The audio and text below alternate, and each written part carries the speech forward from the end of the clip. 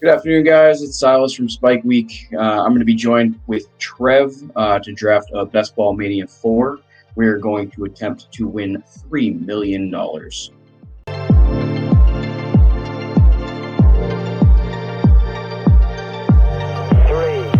two, one, liftoff.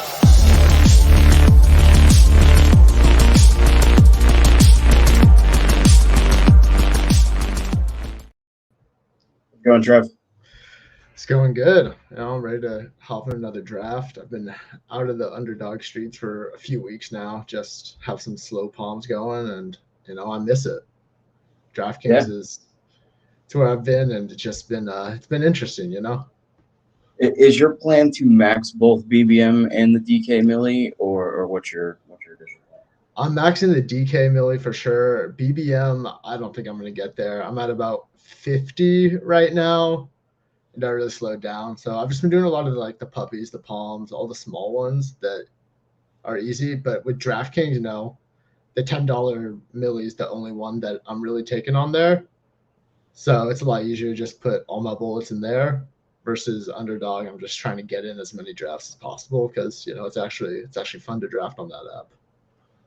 Absolutely. UI is significantly better, and I do like some of the structures that they're releasing for the cheap drafts.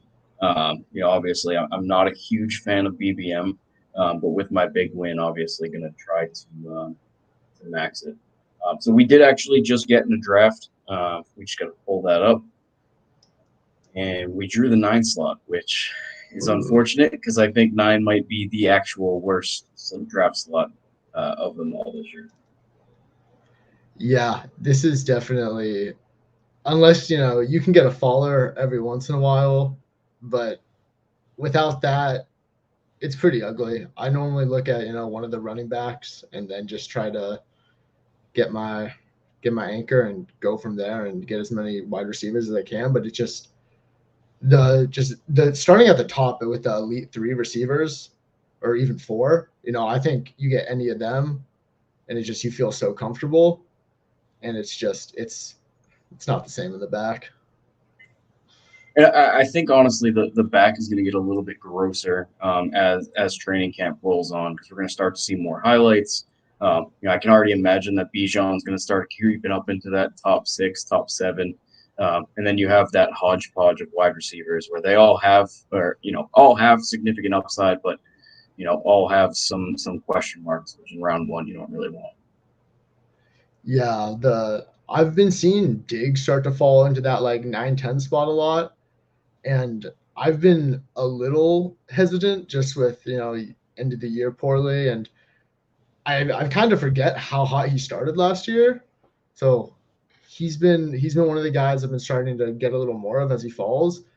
But it's really on the way back around. You're taking the Wilsons and Olaves, who I honestly just find they're a lot more fun, at least, than the Stephon Diggs, where you think you have a floor and it's a great offense, but we just haven't seen him be elite for the whole season, like some of the guys up top. Yeah, I was listening to the ETR pod with Harmon actually earlier today, and they were talking on Stephon Diggs. In terms of actual receiver, he really hasn't taken a step back. You can kind of attribute what happened in the second half of last year to Josh Allen's elbow injury, right? He couldn't really put the ball where he wanted to. They kind of ran the ball a little bit further or a little bit more. I still think Diggs has an immense ceiling. It's just, can they find ways to open him up? They kind of defenses can kind of predict that the ball's going to Diggs many, many, many times. So they need really that second receiver to kind of take the load off of him.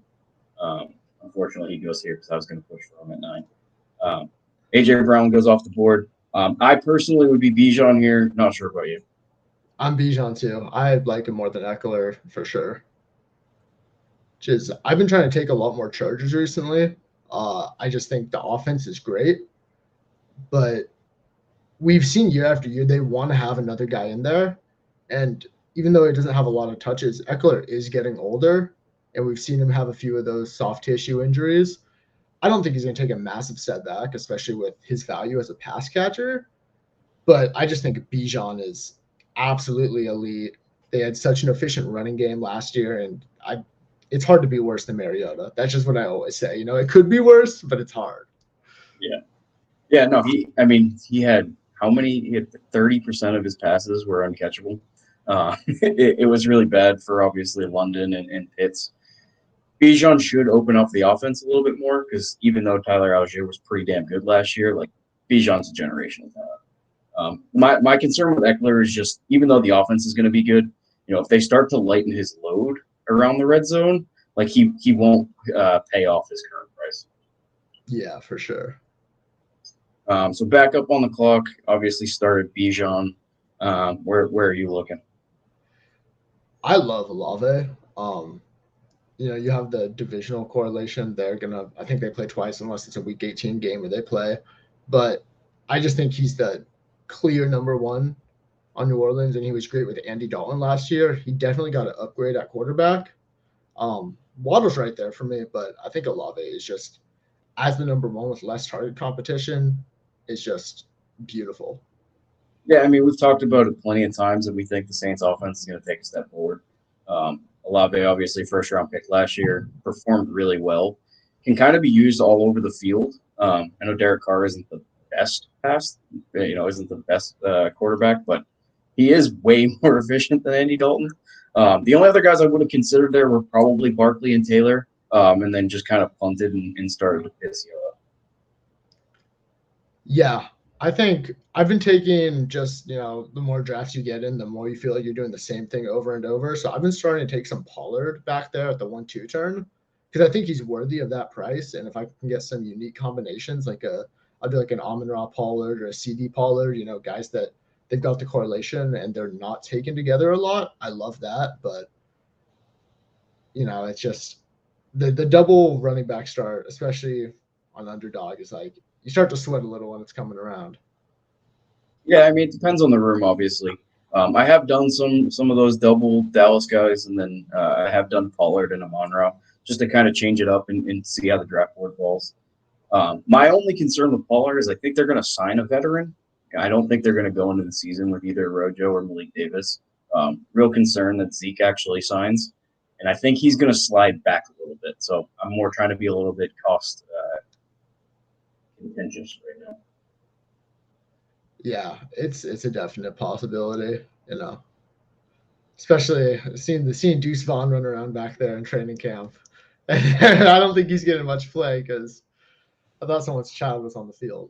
No offense, he's better at football than I'll ever be, but whew.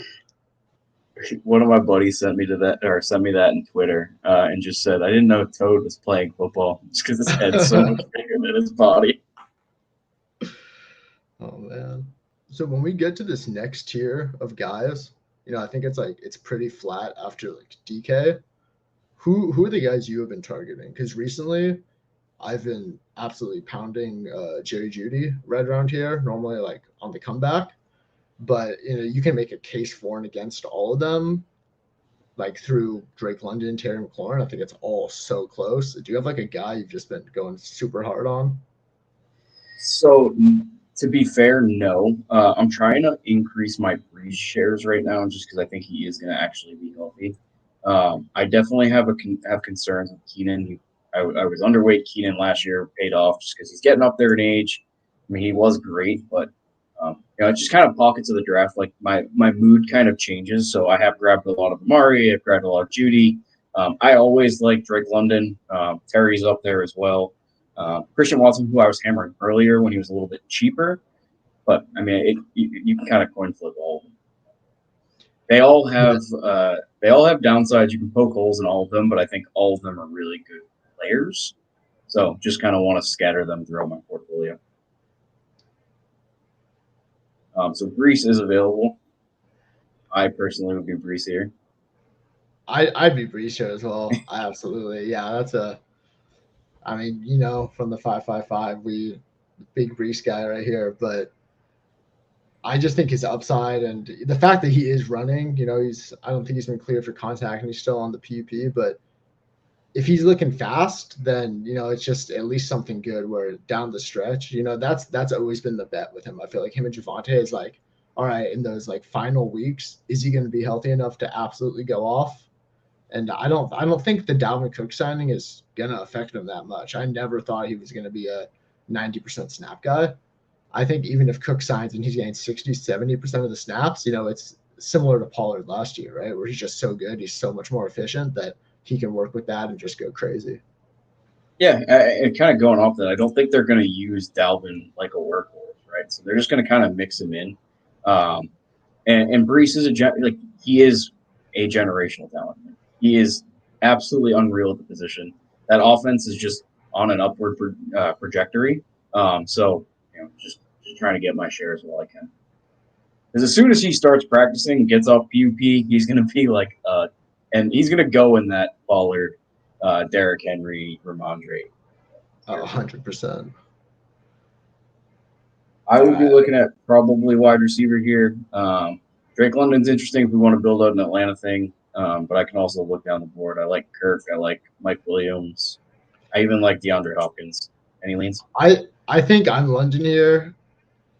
Gibbs is probably my favorite player right here, but I'm not going to be pushing that. It gets, especially on this end, you're not getting those like 7th round guys where back in the front of the draft you get the Addison range when it comes back around, but that dries up so quickly now, and it's like the Ravens guys are like the last tier you get in the 8th round, and it's staying that way. They're falling a little around like pick like 80, 90-ish, which is nice, but there's not a lot of value like in the receiver position anymore. It's getting real ugly real quick.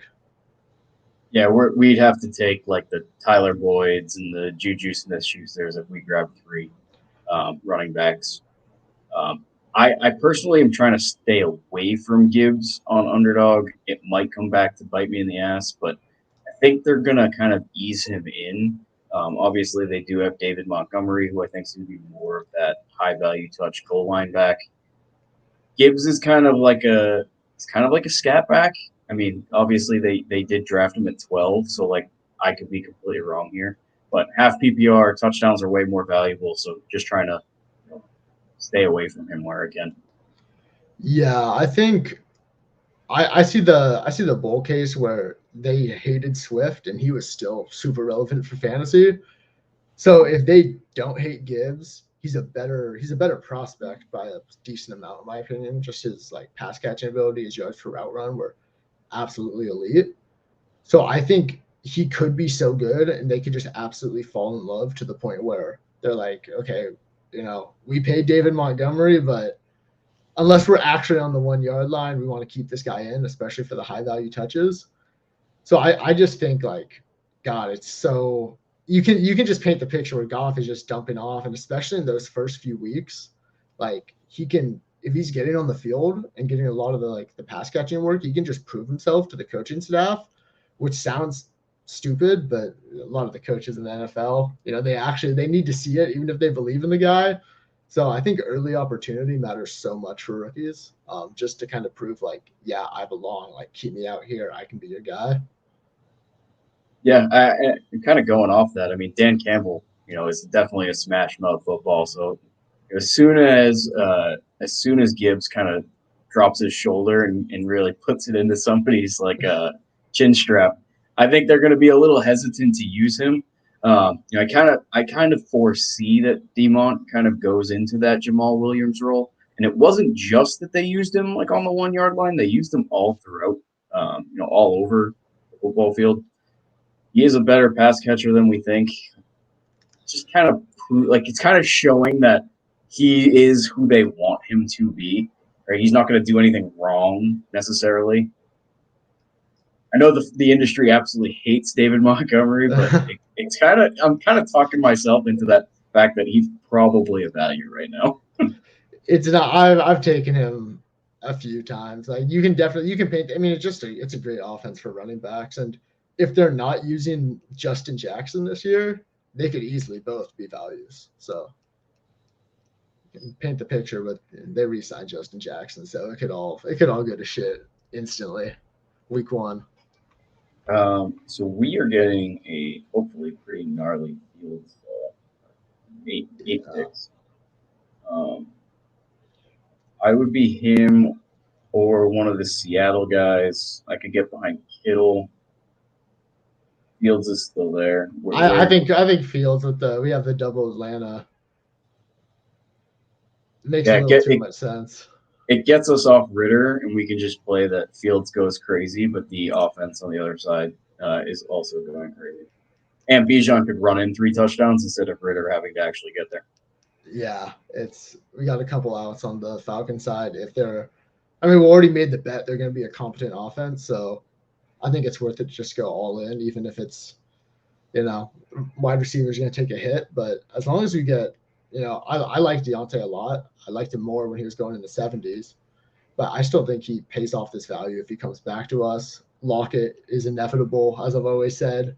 Just does it every year, even if he's getting older. So I think getting one of those guys is solid. We have a nice little core right here, even if we're not Have pissing you as much as usual. have you seen anything on the Deontay getting carted off? I haven't been on Twitter, so you supposedly walking off and then got carted back to the locker room. I haven't heard anything since. So I saw it like right before I hopped on here. I didn't look too closely into it, but okay.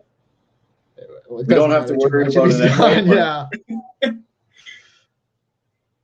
It would not be good for my exposure. That's for damn sure. Same here. All right. I think. Well, what's your opinion on Arizona in general? Like, do you think Kyler's playing? Because that's mainly the. Oh well. Either way. Lost that one too. Yeah, I do think Kyler is back. If not week 1, like maybe like week 3 or 4. We are back on the clock. This is an absolutely gross tier. We I'm could at it. go. I would be Addison or Gabe. Okay. Um, but if you're Addison, I'm more than happy to grab Addison. I would say I'm Addison. Just this year, like they passed the ball so much, and they didn't invest too much onto their defense. Defense is really unpredictable, but I don't think it's going to take a massive step forward. So if he just takes up that number 2 role from Thielen, he's not getting the top coverage. He's got Jefferson on the other side, and that does give him a little bit of like a ceiling where he's not going to be the number 1 on the team, but he does not need to for his price. And if they're efficient, Kirk Cousins has just been solid year after year after year. And we all kind of hate him because, it comes to prime time. He's actually on TV. It's not too much fun to watch, but he feeds his receivers, and it's kind of just what we need for the team. Where I think Gabe Davis in a different build, probably a better player, better quarterback, and even better team. But he's still a pretty big question mark, even if there was potential injury last year that was holding him back. Yeah, even to the Vikings point, I don't think the defense really matters. Like that offense is going to continue to be good, and they're going to throw often.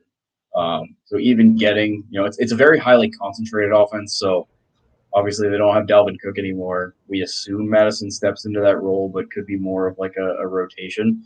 They are going to throw the ball at one of the higher clips in the NFL. Addison should be on the field. Like they drafted him in the first round, so I'm more than happy to do that. There are concerns with Gabe. I do agree with that. I do still think he's pretty damn talented. And as the number 2 in Buffalo, like should be good. I'm kind of expecting a bounce back from that offense. He obviously got hurt and was dealing with it all year. Then you had Allen's elbow injury, which we talked about a little bit earlier. And they don't really want to use Allen around the goal line so that he can stay healthy throughout the year. So should just lead them to throwing the football more or using our guy Damian Harris. Yeah, I think I never know with the not wanting to use the quarterback around the goal line, especially because I feel like Josh Allen's one of those guys where if he sees it, he's gonna go for it, even if the coaching staff, because they've probably been telling him since his breakout season, okay, let's slow down a little there, but I don't know, you never know how it's gonna play out, but I do think he's somewhere between 4 touchdowns and 200 yards in the performance he put up last year. I just don't know exactly where that falls and what his role is going to be in the offense. We can pray he comes back to us anyway. Oh, yeah, I mean, that's always wow. Dope with the 4 running backs straight. Whew. Oh, that's a build right there. 5, 6. All right, a 1-6-0 build. Okay. That's all I have to say. Well, I'm glad we got our 2 running backs early at least. Yeah, I'm kind of bummed that we have 2 Atlanta guys because Kyle Pitts is obviously falling. Around plus of ADP value would be pretty nice, especially since I am so heavily involved. But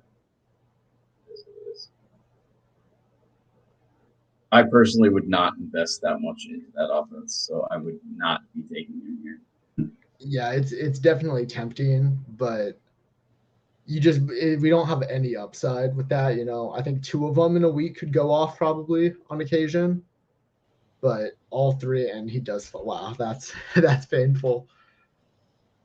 I like Burks here. I like Waller here, but I like Waller. I could even do a reach for Elijah. I wouldn't be against that.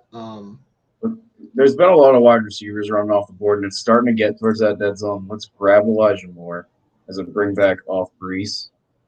And then, I mean, there are 3 guys in between us, and one of them has a tight end. So maybe 2, at least he should pass. Maybe one of the other guys pass, and, maybe we can get Waller on the flip side. Yeah, there's a few guys, Waller, Burks. I'm not against Cooks, just, number 2 on Dallas, and they'll probably be solid despite losing Kellen Moore. I don't think it's going to be the greatest offense of all time, but he's just shown he's he's like Tyler Lockett. It's the same thing where every year he's doing the same thing, and it's not too exciting, but he's going to get the job done. And especially with how we started, I think guys like Cooks are like nice for those teams where you don't need the breakout, you just want the consistency, and they still can provide spike weeks because he's just a deep threat. Yeah, and honestly, like Cooks has played with a lot of bad quarterbacks throughout his career. I mean, besides Tom Brady, and Drew Brees at one point. Drew Brees was getting up there and couldn't really throw it as far. But Dak might be one of the best quarterbacks he's played with, right? And might have one of the largest or longest arms. So this just could be a really good year for Brandon Cooks. I know, obviously, they no longer have Kellen Moore, so they're not going to stretch the field as often. But we'll kind of have to see how he looks in a Schottenheimer offense. Yeah, and especially he's one of those guys where I think putting him as the number 2 is a lot better for his skill type, where he doesn't have to beat the main coverage, and he's more built for that, just being an auxiliary piece. I'm Traylon here either way, or Bateman if you want to make the argument. I prefer the Traylon upside. We are getting him at a quote-unquote value, even though his ADP probably is around like 90 right now. I like Bateman, but I also think it's kind of going to be a 3-headed backfield there. Probably the most talented of the 3, unless OBJ is fully healthy. But yeah, I'm grabbing all 3 of them, so it really doesn't matter. But I'd rather just take the Traylon ball. Yeah, I think the Hopkins signing for Traylon and Chig, of course. I don't think it matters all that much. I don't think they were both going to get 40% target shares. It was going to be spread out anyways. So it just makes the offense better. And the point I make a lot of the time is like Ryan Tannehill feels locked in unless they're 1-8 or something along those lines. Yeah, no, and honestly, I like Treylon Burks more in best ball anyway because he is kind of that spike week type player. he can break a 15-yard slant to the house because he has that type of speed. So in managed, it's going to be miserable because that offense is going to be very run heavy. But on the weeks that they're either playing from behind or kind of get him on one-on-one coverage with the number two, could provide some pretty high spiked weeks. Yeah, I think especially he was starting before that concussion. He was finally starting to break out, and we heard all off season they were just talking like out of shape, asthma, all that. And it's the exact opposite this off season where it's like, oh, he's actually in great best shape of his life. It's mandatory to hear that, but based on the fact we heard the opposite last year, it's got to be better at least, a little bit. Yeah, another year in the offense, another year of chemistry with Tannehill. They're going to use Hopkins in interesting ways to at least help draw coverage away from Treylon. So hopefully he doesn't have a safety over the top. It could be interesting. For sure. Do you want to give a quick team recap? Yeah. Actually, let's do it. So round one, we took Bijan Robinson, followed that up with Chris Olave, came back with Breece Hall, Drake London for an Atlanta stack, Justin Fields on the other side for the Bears, followed that up with 3 wide receivers in a row in Jordan Addison, Elijah Moore, and Treylon Burks. Definitely a lot of projection with this team outside the running backs. Wide receivers I'm not truly comfortable with, but I think this is a team we're going to be able to grab a lot of value. Probably only looking at 4, maybe 5 running backs. 4 would probably be pushing it. Probably 5 running backs. 2 or 3 tight ends, depending on what we decide to do, and obviously 2 quarterbacks. Yeah, I've been building a lot of teams like this recently where I start with, getting an elite tight end, quarterback, a couple running backs, slam the wide receivers, and then as soon as it hits that pitfall, I just go back and finish out my running back room with the guys that we actually like, that aren't the way down handcuffs like the Dante Foreman types, but the Devon A-Chain and Eli Mitchell, all those guys they can get in the flex on any given week, but they have insane upside in my opinion. So that's where I'd be looking right now, unless you're a Jameson guy. He's kind of the last of the. I am a Jameson guy, but I don't think he fits for our specific wide receiver build. We kind of need points. I'm interested. I'd be interested in B-Rob or Dame here. I'd be Dame here. Don't have to convince me twice. Yeah. He's my highest owned player overall. And we've talked about him numerous times. Yeah, I just think it's pretty not guaranteed, but you can assume something around the Singletary role. He's been good around the goal line, and I've thought he could just be like Miles Sanders of last year, where it's a committee. You don't really know how much work he's going to get, mobile quarterback, but the offense can be good enough that it doesn't matter that he's splitting the work and Josh Allen's getting some rushing touchdowns, just because they're going to score so damn much that he's going to get chances regardless. Yeah, I mean, seeing him score 15-plus touchdowns this year is not very hard to envision, right? James Cook is not really a goal line back. He really only has to beat out Latavius Murray, and Latavius looked good last year at the end of the year, but I'm just not betting on a close to 30-year-old Latavius Murray. I would be Jameson here if he doesn't go with this pick. If he doesn't go here, I would take. Oh, there he goes. I'm looking at Muth, and that's. I could get talked into Odell, but I'm pretty much. I think I like Muth here. I'm Freiermuth here or A-Chain, but I think Freiermuth is solid. Yeah, he's one of those guys who. Room's been super running back heavy, so I don't think we really need to push it right now. They're gonna have to pivot at some point. Yeah, well, I mean, the one guy was for sure. It's always the 2 spot, man. The 2 spot is always doing something funky in these rooms. But yeah, Freiermuth is one of those guys who,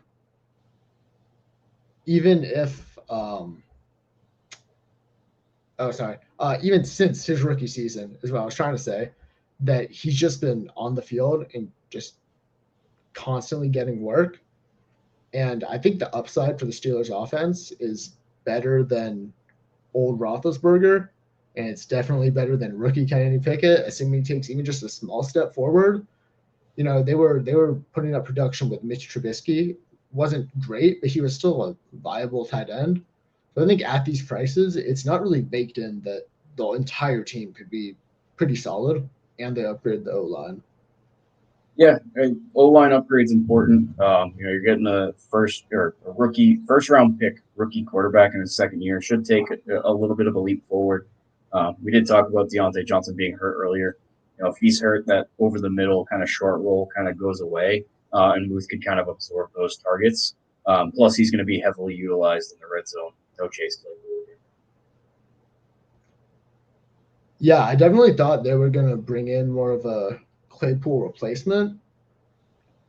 They have Allen Robinson, but Claypool is definitely more the space creator in my opinion.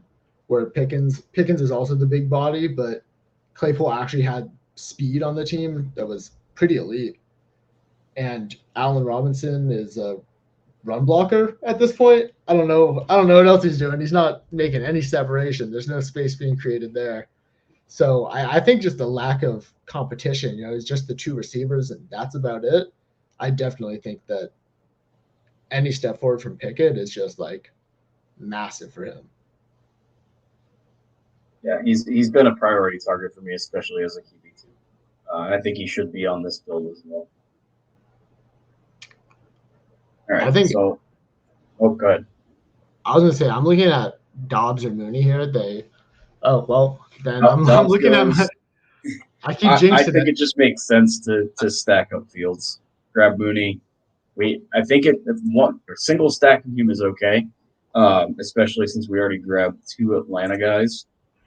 We could look at double stacking him in the 18th, but with his rushing ability, I don't necessarily think it's needed. Yeah, I've definitely gone with more of the single stack approach with him, especially if it's DJ Moore. I normally just stop after that because I think, again, could take a step forward, but it's hard to see him take a massive step, especially with just how much he's going to take off and run the ball himself. That just less chances for multiple receivers to get there. And I think in general, unless you're double tapping late guys, Tyler Scott and Chase Claypool, it's a pretty nice combo, but it's hard to see multiple guys getting there. I think you just want to shoot your shot on who you can get and hope it's the right guy in the playoffs. Yeah, I mean, I can see their offense taking a step forward. I've been trying to at least play it that way because the industry itself has such a groupthink that Falcons are going to run the ball at a stupid, crazy amount of times. They're going to continue that trend. Whereas last year they were pretty much an outlier. So I'm just trying to, change the perception and draft that way. Because what if the industry is wrong? Then in those scenarios, I have a higher percent chance of winning. I will not force Chig upon you. But I don't think Chig makes sense for this build. No, it definitely does not. I do think Kincaid could, and I think Kincaid. I take Mingo a lot around here. I wouldn't be against Kincaid, but I've just been can't even do it, and I just think I accidentally took Roschon Johnson. Well, like I was saying, Roschon Johnson is a great pick right here because you always want a lot of Chicago pieces on these teams because it's a condensed team. I got nothing. Yeah. Nope. So whenever I use StreamYard, my underdog reacts stupidly slow, and that was one of those scenarios. Nothing else to say there. Big fuck up. Well, if this takes down $3 million with Roshan Johnson going on for 4 touchdowns in week 17 while Drake London gets 3 and Bijan also scores 2, it's going to look like a great pick. It's going to look great. Well, I mean, we do have 3 good running backs with Damian Harris, Brees Hall, and Bijan. So Roshan's our late round hammer. Like he's our playoff hammer. He's gonna come through when Khalil Herbert's hurt. Donta Foreman's gonna be a game day inactive because they gave Travis Homer like $2 or $3 million guaranteed. And the only good thing is we got college teammates, Roshan and Bijan. They shared a backfield. Yeah, people forget about the college teammate correlation in these drafts, and it's a real shame. But not at Spike Week. We don't let that slide by. It definitely could be worse. Could be worse. Yeah, I could have grabbed someone that was like significantly past ADP. We reached around on him. Like it's not. I don't even hate Roshan. I think he is a pretty good talent, and the only reason he didn't go higher in the NFL draft is because he shared a backfield with Bijan Robinson and really didn't get the touches to showcase what his true abilities were. It is what it is. Definitely feels pretty open in that backfield. I have to say I do like Roshan more than Kincaid. So not really for this team with a lot of Atlanta and Chicago pieces already, but I've been out on Kincaid just because he could play the slot, but they brought in a few slot guys, and Knox is like 6th highest paid tight end in the league. He's making a decent amount of money. I don't think he's just going to be off the field. So I think Kincaid will certainly have a role, but it's hard to see him earning that like full-time role. So I've normally just been leaning towards I'm going to take the cheap bet in Dawson Knox, who's been in the offense for a while, but like most rookies, especially on an offense like that, it's easy to make a case. Yeah, it definitely is, and like they're in their Super Bowl contending window, right? Like you can't just waste first round picks. We saw what happened when the Patriots did that. It came to a close pretty quickly. So I just kind of expect him to be on the field, whether that's him as the number 1 tight end or they run kind of more 12 personnel. Kind of it remains to be seen, but I can see like he's just one of the best pass catching tight ends we've seen pretty much ever come through college. So that's why I'm grabbing him. Obviously, he's attached to Josh Allen as well, which means they're going to score a ton of touchdowns. Yeah. Coming up, we do have Derek Carr. We can stack. That's probably I'm completely out on Osborne. I like grabbing Carr, and maybe we could take Shahid on the way back. I'm cool At this point, yeah, I'm fine with trying to do just get some late round 3 tight end build, just because I do feel like we're definitely a little behind at receiver still. Yeah, no, 100%. And we could even backstack that game with Kate Otten in the 18th round if we really wanted to. Obviously, he pairs with Olave. We think that offense is going to move forward, so I'm all in on Derek Carr. Are we live? Every time I say a player's name, he is gone. He is just instantly off the board. We have 4 people. What? No.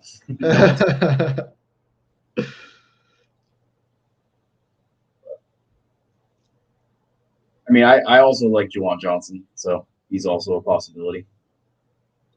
Don't you know Jimmy Graham? Come on. Oh.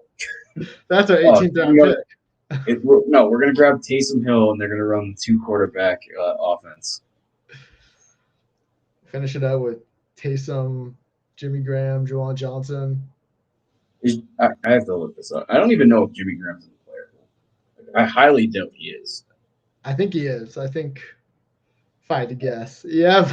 Oh, my. And he has an ADP, which means people are actually drafting him. And that might be the stupidest thing I've ever heard. Well, I can't win them all. I like Chark. I like Mims. I like Jaden Reed. Jaden Reed has a correlation in week 17. Others do not. but fine with any of them. I like Mims the most, but Jaden Reed's pretty close. No, let's draft him. Okay. What are your thoughts on Tim Patrick? Because you can see I don't have a lot of Tim Patrick. Obviously, I 13-14% Mims, so prioritizing Mims over Patrick. Are you fading him as well? How are you playing that situation? I'll take him. I've done a few. Russ is kind of my go-to like backdoor stat guy, where I know I can grab him and then grab Mims and Patrick later. But I think Tim Patrick and Cortland Sutton are the two guys who are, they're going against each other to see who's going to be having that role. They traded up to get Mims, so I think it'd be strange unless he was just absolute garbage, which always a possibility, that they don't get him out on the field. And Judy's probably just the best talent of all the guys. He's like super explosive, and he showed down the stretch last year that he can make big plays and he can go off even in that terrible offense last year. And I think it's going to take a step forward. So Mims has been my guy over Patrick, just because it's hard to see like Patrick or Sutton completely taken over, where I think Mims or Judy definitely have the possibility. Yeah, I'm more taking it like they have a good enough top 4 wide receivers, so like they're most likely to deal one closer to like roster cut down rather than keeping all 4, because I can see them kind of getting disgruntled. I believe Tim Patrick's in a contract year, so he might be the one voicing frustrations. So I don't know if he's necessarily going to maintain or stay a Bronco, which is why I've kind of been leaving him up and dry. Yeah, I've thought about the trade thing because there were a lot of the rumors early in the offseason, and I just assumed that maybe it's a slight downgrade if they get traded. But if any of them get traded, the other 3 become slightly more valuable. Judy probably wouldn't move up in ADP, but the other 2 bottom guys certainly would. So I've been mix and matching. I probably should get more Patrick in there, but he's usually just a bit of an afterthought. I'm normally set at wide receiver at that point, and I'm looking at tight ends, maybe a late round quarterback, running backs. So most of the time, he just doesn't fit the build for me. Yeah, 100%. I mean, this is like my bread and butter running back here. The Jerome Fords, the Raheem Mostert, the Tajay Spears. We're at a 2-4-7-1. Probably looking at running back and receiver with our next 2 picks, and then finish out with some tight ends. Yeah, probably looking at like a 2-5-8-3 build. I think Jaden Reed personally. Okay. No, that's fair. I mean, we wanted him at the last pick, so I'm totally yeah, that was kind of. I was scared to say it before our pick, but, yeah, big question mark offense. I think Jordan Love's going to be pretty good. They have a good O-line. Just kind of bet on draft capital will get him onto the field, and there's not a lot of competition. If Jordan Love's decent, then there we go. One thing I will say is our wide receiver room does scare me a little bit because we do have 3 rookies. I typically try to limit my rookie exposure on an individual team because we see them start to break out towards the second half of the year. Obviously, this might be a little bit different situation with Addison being a first-round pick and most likely playing week 1. We don't really need Roshan, and then Bijan's going to be fine. So it might just be the right mix, but not necessarily sure I feel the most comfortable. However, you need to be comfortable getting uncomfortable in these types of tournaments. Yeah, I feel whenever I don't have a 0 RB start and I do need the wide receiver help, I usually get in a conundrum where I'm like, do I want the safety or do I need to shoot for upside with these picks? And, that's kind of a difficult balance to find.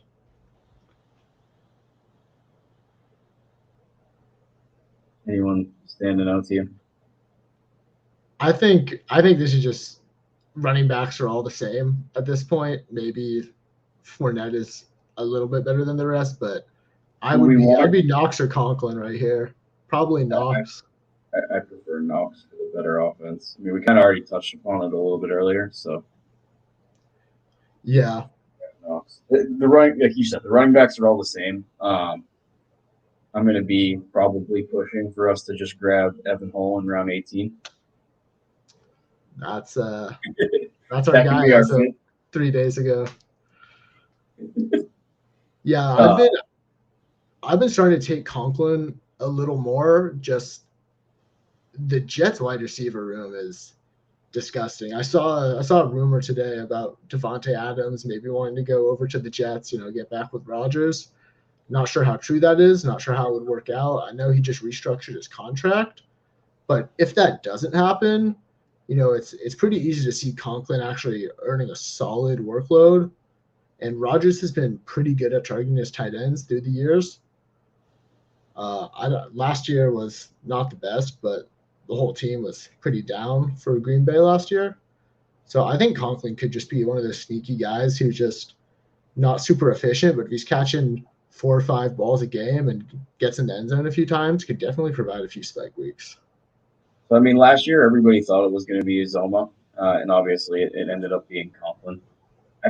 I think they're just going to continue to rotate them in, kind of keep everyone healthy. And then majority of, the targets are going to go to those bomb-ass wide receivers and Brees Hall and potentially Dalvin Cook. It's hard for me to click Conklin when you look at everybody else and he's like so debunked in talent compared to everybody else. Like, I don't see him really having those spiked weeks. His ceiling is going to be like 30 yards and a touchdown on like 3 or 4 receptions. Yeah, when we saw, I'm blanking on the name, a few years back, the Green Bay tight end who just Tunyon. If Tunyon can have a 50 catch, 10 touchdown season, I kind of just close my eyes and pray a little bit when it's with Rodgers because you don't know Bob Tunyon's the number 2 pass, like the catch rating in Madden this year. Come on. Oh man, I got nothing. Yeah, my bad. I didn't mean to disrespect the number 2 tight end on the Bears. He's probably going to catch a touchdown in week 17. Give Justin Fields a QB1 performance, and they gave his pass rating like a 97. I don't know why, but they did. He catches a football for a living, so he's doing something right. All right. Do we want to finish this off with a little Otten and Hull? Yeah. So the only other person I'd be considering here is Hunter Henry. I think Otten makes more sense because we're betting on that environment. Yeah, I would say Fant or Otten would be my 2 guys. I like Fant for a bounce back. It might just be homerism, but that was the worst year of his career. And, I'm always a little skeptical when it's like, I said the same thing about Claypool. When someone gets traded and they play worse than they have, it makes sense, but we are very quick to forget. So I think especially when it's a young tight end, it takes a long time for tight ends to break out, and being used in a different role could also explain if he was still learning the playbook and getting used to his new role. That's why he wasn't playing all the snaps. And you had guys like Hollister and the other tight end they paid like $8 million a year to, forgetting his name. But, I think he could have a pretty solid year. But Otten, we saw him be almost at every down tight end. And we still have the correlation with Carr and Olave. So I think they're both pretty good picks. Brady loved his checkdowns, which is why Otten was so good. But so does Baker. Like Baker has an average depth target of like 4 yards. So we could see Otten get like 10, 12 targets a game. And even if Baker's not starting week 17, I don't think Kyle Trask is going to be doing too much either. Yeah. And if he's going to be on the field, and for a 17th round pick, that's pretty solid as a base. And Baker, we've seen him be decent before. It'd be surprising if he was decent again, but it's certainly not outside the range of outcomes. No, it's outside the range of outcomes. Ah, I'm not betting on a Baker resurgence. That's for damn sure. I've given the man way too many chances. I've got a lot of him riding in Superflex contest this year, so I gotta hope I'm not punching all those teams. I think that's a good point. Obviously, we're drafting for BBM right now. My preferred strategy in Superflex tournaments is to go super fragile at the quarterback position, kind of flip the build, because people are grabbing 2 or 3 quarterbacks in those first 3 or 4 rounds. Meanwhile, I'm starting a team with like Chase, Cup, Tyreek, Kelsey. Like I have any mixture of those 4. And I'm like, you guys are really screwing up. Like I have to obviously, make up points at the quarterback position, but I'm fine grabbing the rookies and sacrificing 10 to 15 points when I'm making it up when they're starting like Rondale Moore on a weekly basis. Yeah, I only did a few of the Palm super flexes, but I was all like 9th pick or later, and every draft was just Jefferson, Hill, Chase, Kelsey. Like just having those starts, is pretty nuts when you think about it. But let's go over this $3 million team we just drafted. Sure. So Justin Fields and Derek Carr at quarterback, Bijan Robinson, Breece Hall, Damian Harris, Roshan Johnson, Evan Hull, Chris Olave, Drake London, Jordan Addison, Elijah Moore, Treylon Burks, Darnell Mooney to stack with Justin Fields, Marvin Mims, Jaden Reed as our bring back to Jordan Addison, Pat Freiermuth, Dawson Knox, Cade Otton as our bring back off the Saints. When we were going through this, I didn't hate it. I'm still a little uneasy about the wide receivers, but I do see a path. I do see a path. It feels pretty fragile at a receiver and even running back a little. It's like we're right on the edge, I think. But I think if Harris or Roshan Johnson can just carve out a role early in the season, which I would expect, pretty safe. Especially with Bijan up top, I'm expecting he's going to hold down one of the RB spots for the entire year. It's more just riding on like, will Hall be healthy? If he's not healthy right away, can we hold over and not fall far enough behind in this league that we're just screwed? Yeah. And I mean, Evan Hull's running with the ones, so we got day one production. I'm not too worried. There we go, man. All right. Well, that concludes our BBM4 draft. Follow Trev and I on Twitter. Like, subscribe, and we will talk to you later. Peace.